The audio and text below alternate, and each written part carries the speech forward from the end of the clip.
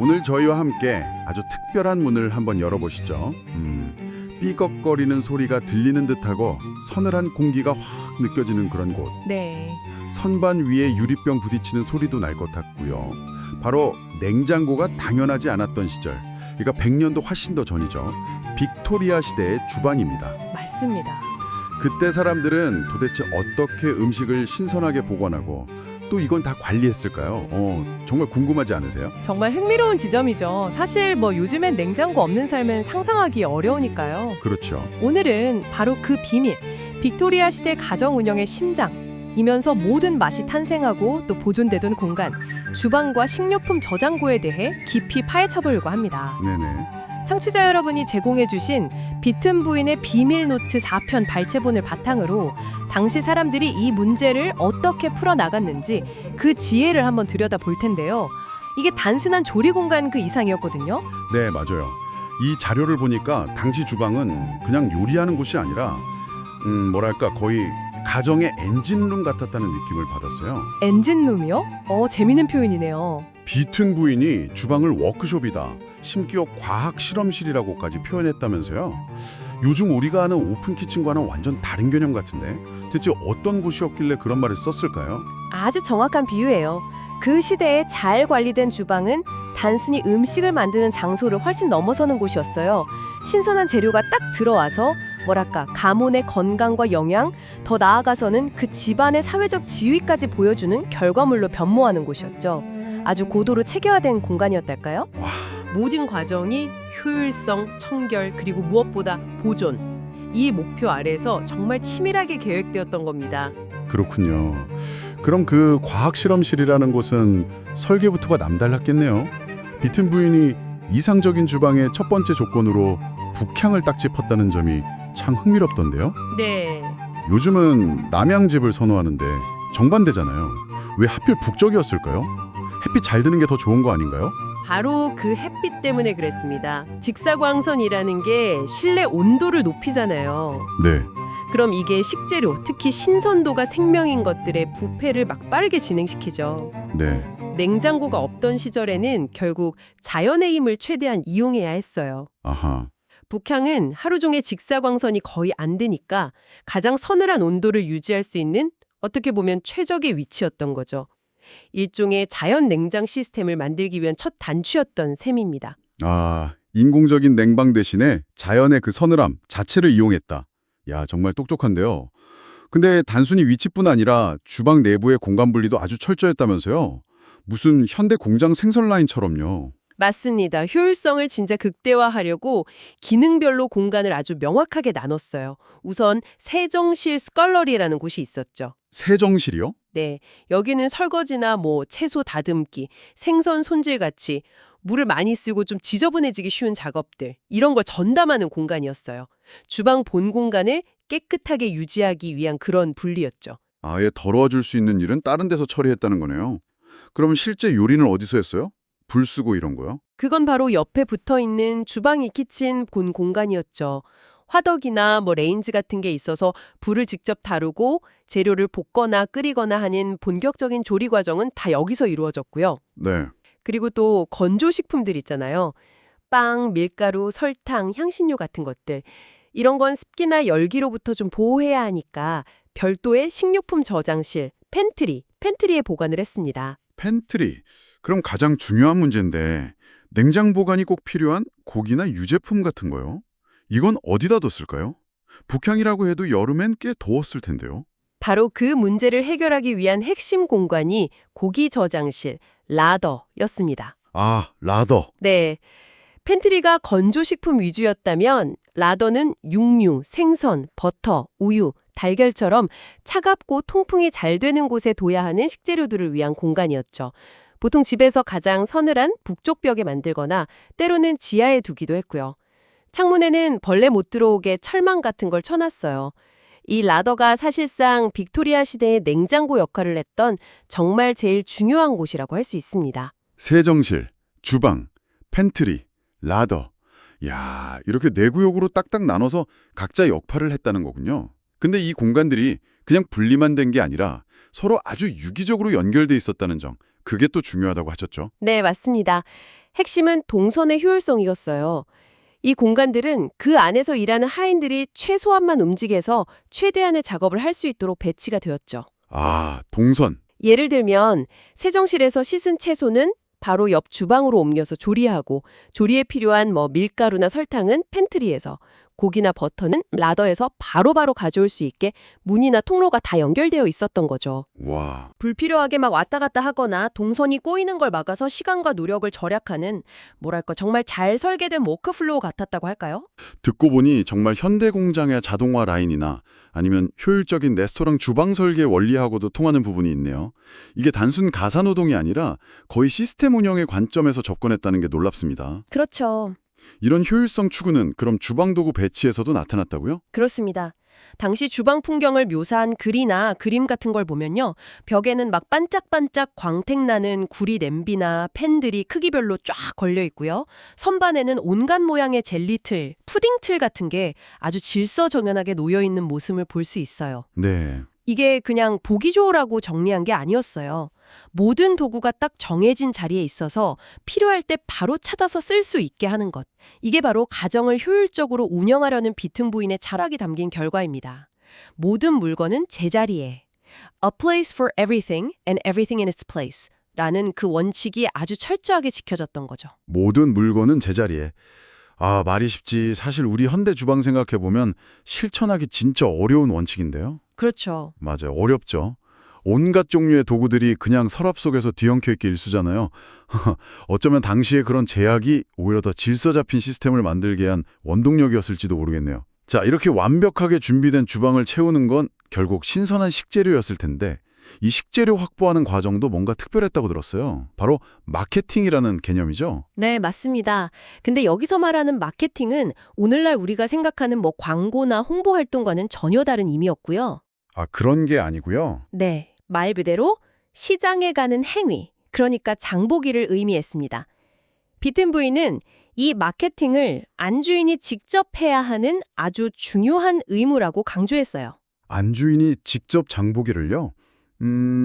하인들이나 요리사가 대신 할 수도 있었을 텐데 왜 굳이 안주인의 역할이라고 했을까요? 당시 상류층 여성들은 집밥 활동이 그렇게 많지는 않았을 것 같은데요. 바로 그 점이 중요합니다.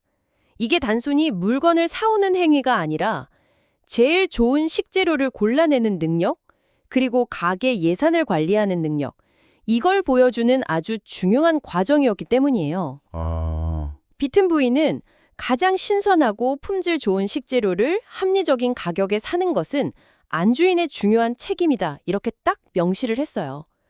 어떤 재료가 제철인지, 또 어떤 정육점 주인이 정직하고 좋은 고기를 파는지, 생선은 눈이 얼마나 투명해야 하고 아가미는 얼마나 붉어야 신선한 건지, 이런 것들을 직접 보고 판단하는 안목이 필요했던 거죠. 단순히 심부름이 아니라 이건 거의 품질 관리자이자 구매 전문가 역할까지 했던 거네요.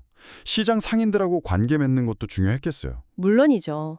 단골 상인들하고 신뢰관계를 잘 쌓아서 좋은 물건을 좀 우선적으로 확보하고 때로는 가격을 흥정하는 능력도 중요했고요. 네. 제철 과일이나 채소를 잘 파악하고 또 저장할 수 있는 품목이랑 바로 먹어야 할 품목을 딱 구분해서 계획적으로 구매하는 것. 이 모든 게 다 안주인의 역량에 달려 있었어요.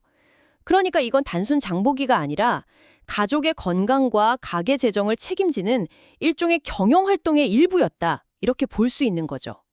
식탁의 풍성함과 질은 결국 안주인의 발품과 안목에 달렸었다고 해도 과언이 아닙니다. 와, 듣고 보니 마케팅이라는 단어에 담긴 무게가 확 느껴지네요. 그냥 물건 사는 게 아니라 정보 수집, 품질 검수, 예산 관리, 관계 구축까지 다 포함하는 아주 복합적인 활동이었군요. 자, 이렇게 까다롭게 고른 귀한 식재료들을 드디어 주방으로 가져왔습니다. 이제 정말 궁금했던 부분이죠. 냉장고 없이 이것들을 어떻게 신선하게 유지했을까요? 아까 잠깐 언급하셨던 라더가 그 비밀의 열쇠를 쥐고 있다고 하셨죠. 네, 드디어 빅토리아 시대 식료품 관리의 하이라이트입니다. 라더.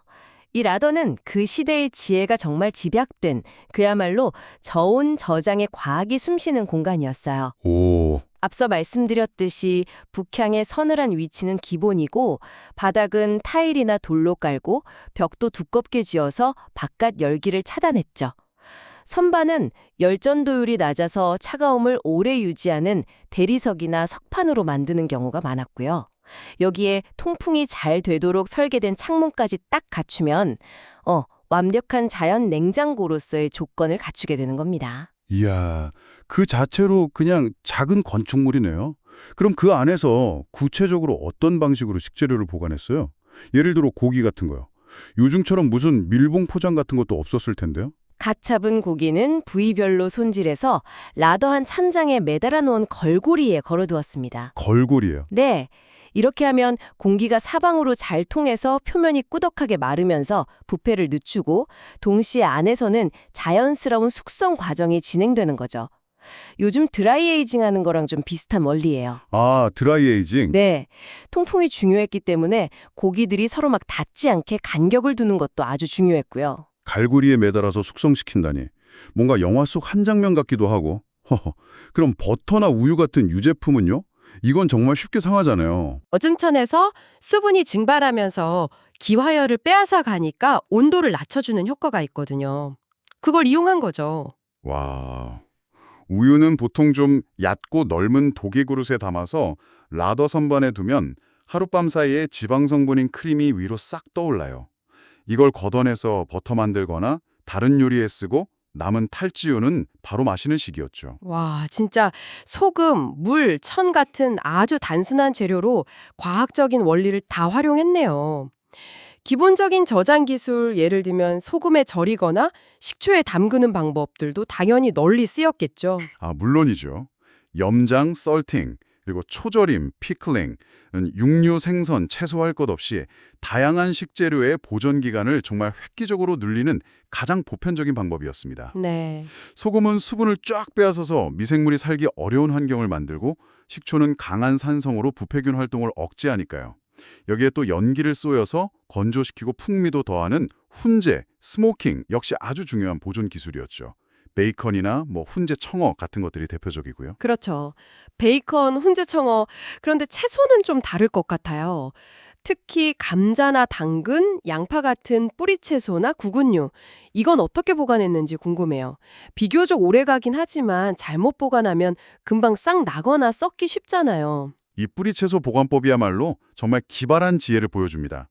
수확한 감자나 당근을요, 흙이 묻은 상태 그대로 씻지 않고 나무 상자나 통에 넣어요. 흙 묻은 채로요? 네. 그리고 그 사이사이를 마른 모래나 톱밥으로 완전히 채워 넣는 거예요. 모래나 톱밥으로요? 네. 이렇게 하면 채소들이 서로 닿아서 썩는 걸 막아주고 모래가 적절한 습도를 유지해주고 또 빛을 차단해서 싹이 나는 걸 방지하는 효과가 있죠. 이런 방식으로 서늘하고 어두운 곳에 보관하면 겨울 내내 심지어 봄까지도 신선하게 먹을 수 있었어요. 흙 묻은 채로 모래에 묻는다. 와, 정말 상상도 못했던 방식인데요. 마치 다시 땅속에 묻어두는 거랑 비슷한 효과를 노린 거군요. 과일은 어땠나요? 잼이나 젤리 같은 걸 많이 만들었다고 들었는데 이것도 역시 보존을 위한 목적이었겠죠? 정확합니다. 과일은 수분도 많고 당도도 높아서 워낙 쉽게 상하니까 장기 보존이 어려웠어요. 그래서 여름이랑 가을에 풍성하게 수확한 과일을 설탕에 넣고 졸여서 잼이나 젤리, 마멀레이드를 만드는 게 거의 필수적이었습니다. 네네. 높은 당도가 미생물 성장을 억제하는 효과가 있거든요.